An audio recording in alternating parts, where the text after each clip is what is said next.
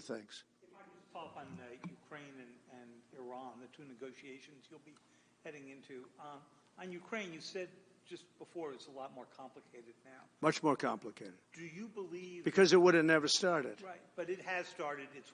Well, not only started, the cities are largely knocked down. So you've got what you've got. At this point, to hold on to leverage in dealing with President Putin, would you make a commitment to the Ukrainians that you will keep supporting them during the negotiations? Well, I wouldn't tell you if that were the case. Would you make a commitment to provide a security guarantee if they do enter into an armistice or a ceasefire along the lines that the French and the Germans? So, a big part of the problem was Russia for many, many years, long before Putin said you could never have NATO involved with Ukraine. Now, they've said that. That's been written in Welcome stone. back to the channel, everyone. Why do 80% of Ukrainians support NATO membership? It all ties back to Russia's invasions. Let's break it down. Let's dive into Trump's explosive claim. He alleges that President Biden scuttled a peace deal that could have stopped the Russia-Ukraine conflict. The supposed deal? Ukraine forgoes NATO membership in exchange for a Russian ceasefire or troop withdrawal. Trump says Biden's push for Ukraine joining NATO was a major blunder. But hold on. Critics argue that Russia's ambitions in Ukraine extend well beyond NATO. They question whether such a deal ever existed. After all, Russia invaded Ukraine long before NATO membership was even on the table.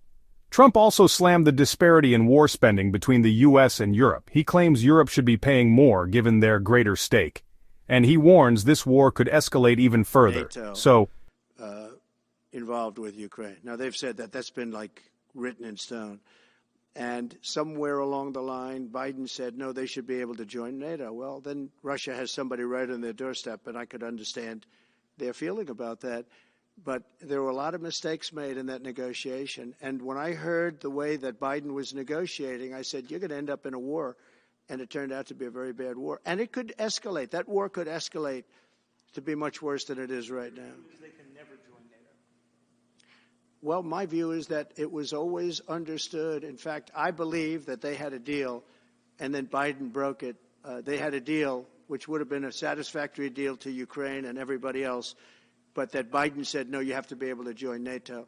And that's always been, and nobody knows more about NATO than I. Years ago when I first started this, I didn't know too much about NATO, but I got it right anyway.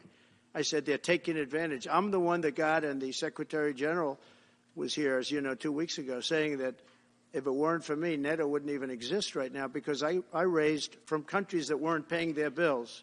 At that time, 28 countries, 20 of them were not paying their bills, 21 to be exact. They weren't paying, or they were paying a very small portion. And I raised over $680 billion. That was the number he gave, by saying, if you don't pay, we're not going to protect you. And as soon as I said that, the money came pouring in. But Obama could have said it. Other people could have said it. Bush could have said it. Nobody said it but me. I took a lot of heat. They said, oh, that's a threatening statement. Well, they weren't paying their bills. I said, we're not going to protect you if you're not paying the bills. So in a true sense, I saved NATO, but NATO's taken advantage of us.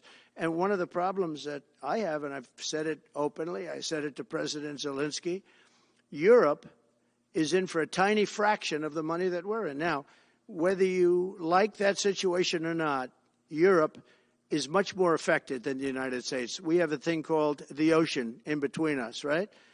Why are we in for billions and billions of dollars more money than Europe?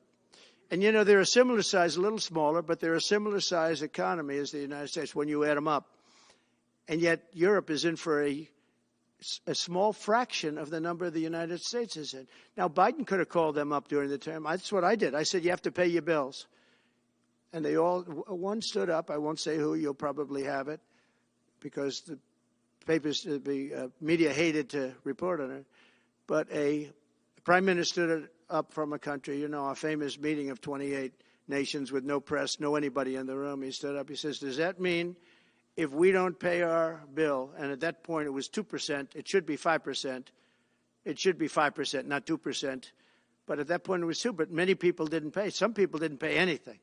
But many people were way, including Germany. Germany was at less than 1%. You're going to press for 5%? Well, I think NATO should have 5%, yeah. Well, you can't do it at 2. I mean, at 2%, every country, if you're going to have a country and a regular military, you're at 4%. I think they should be, they're in dangerous territory. I think it should be, they can all afford it, but they should be at 5%, not 2%. I'm the one that got them to pay 2%.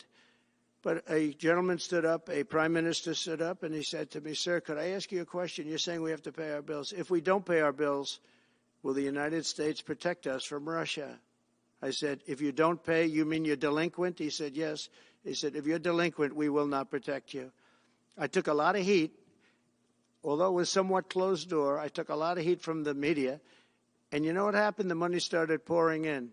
That's why NATO has money. And the Secretary General said it was the most incredible thing he had ever seen in a negotiation.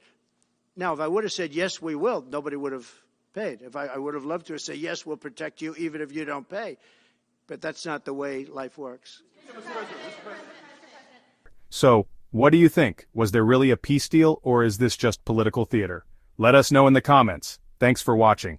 If you enjoyed this breakdown, hit that like button, and subscribe for more deep dives.